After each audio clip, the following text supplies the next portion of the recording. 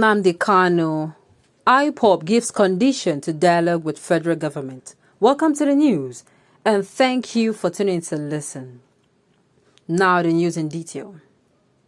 The indigenous people of Biafra Ipob on Thursday gave the President Muhammadu Buhari-led federal government conditions for dialogue. Ipob spokesman Ipob said the government will listen to the federal government when its leader, Nnamdi Kanu, is released unconditionally.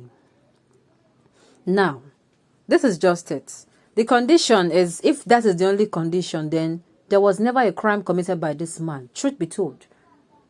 Truth be told, the man, just like every other protester at the NSAS, memorial, and those that were present last year. I keep referring to them because we are all agitating for the right thing. They are saying no to bad governance. It is the same root cause that these things have. If there was never a bad government, I tell you, there will never be a reason for people to come together to protest. But because not even putting together the fact that I am from this tribe and I'm from this tribe and I'm from this religion, they all came together to form a force so that the government will listen and will deal with these grievances they have. There was never a crime that these people committed. Never any crime. Never. Everything they are agitating against have not been looked into. And that is why I keep making reference to the NSAS protesters and these agitators. Let's continue the news. Powerful also demanded that the federal government should set a date for the referendum of Biafra. In a statement he signed, Powerful insisted that Kanu committed no crime to warrant being arrested and persecuted. He maintained that Kanu should not be detained while terrorists are roaming the streets free. The statement reads in part, Our leader, Nnamdi Kanu, committed no crime to deserve persecution by the federal government that is openly hobnobbing with real terrorists and Fulani bandits but crushing peaceful agitators. We demand unconditional release of our leader. He should not be in detention while real terrorists and mass murderers are parading freely on the streets. Nigeria government should prepare a date for the referendum on Biafra for people to decide where to stay, either in Biafra or Nigeria. Those who want to sabotage Biafra freedom should wait for the referendum date. Ipob demands nothing other than the unconditional release of our great leader, Nnamdi Kanu, and a date for the Biafra referendum. We are not interested in any dialogue unless our leader, Nnamdi Kanu, is released before we can sit with anybody for discussion. Now, this is it. The dialogue that everyone has been screaming, do this dialogue. The government should employ the use of dialogue. The mighty has spoken, the low has spoken, the average Nigerian have spoken. Allow these people be. Call them together and find out.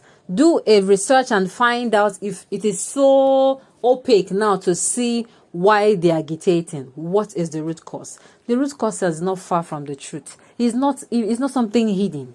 What they want, what these people want from the very beginning was equity, justice, fairness. That is it.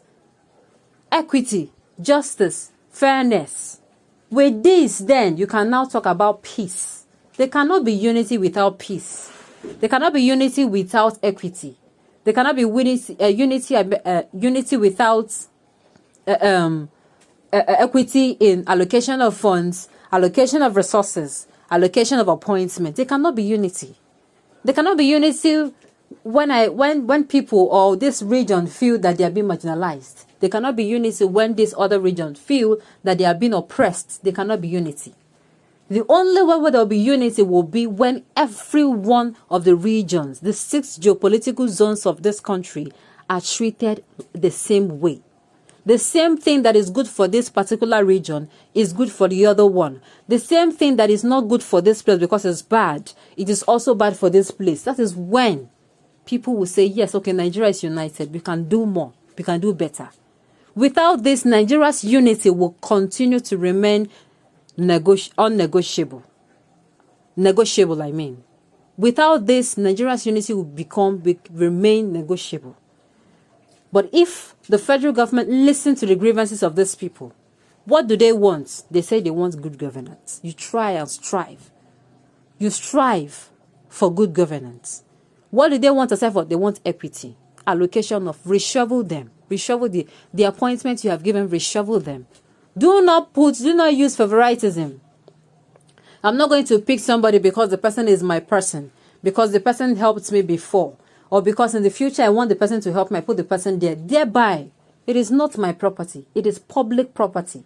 And so I'm supposed to put the best man for the job. Just like you are going to put a doctor in charge of a hospital. You do not put somebody who is your friend, who has no clue, who did not even study medicine, who does not even know how to give an injection or prescribe drugs for malaria. No. You put somebody who has that wealth of experience and who has been doing good in his own way. He has been making sure in his duties, he has been sincere and transparent. That is the kind of person you put. So you do not go and put and use favoritism. Oh, this person is from this region. Fine. But it's my person. I'll put. No. If we do not learn how to use sincerity, transparency, and competence to pick people for public position appointments, I tell you, we will keep getting it wrong. You do not pick somebody just because the person is your neighbor. The person would help you in future purposes. No. Why? It is not your property. It is the government property. You should guard it jealously. The government needs a leader, or the people needs a leader that will come in and he will offend himself. Offending yourself means this thing is good for you, but for the whole Nigeria, it is not good. So therefore, you let it be and let it go until you have someone that is bold enough and strong enough and eager enough to offend himself.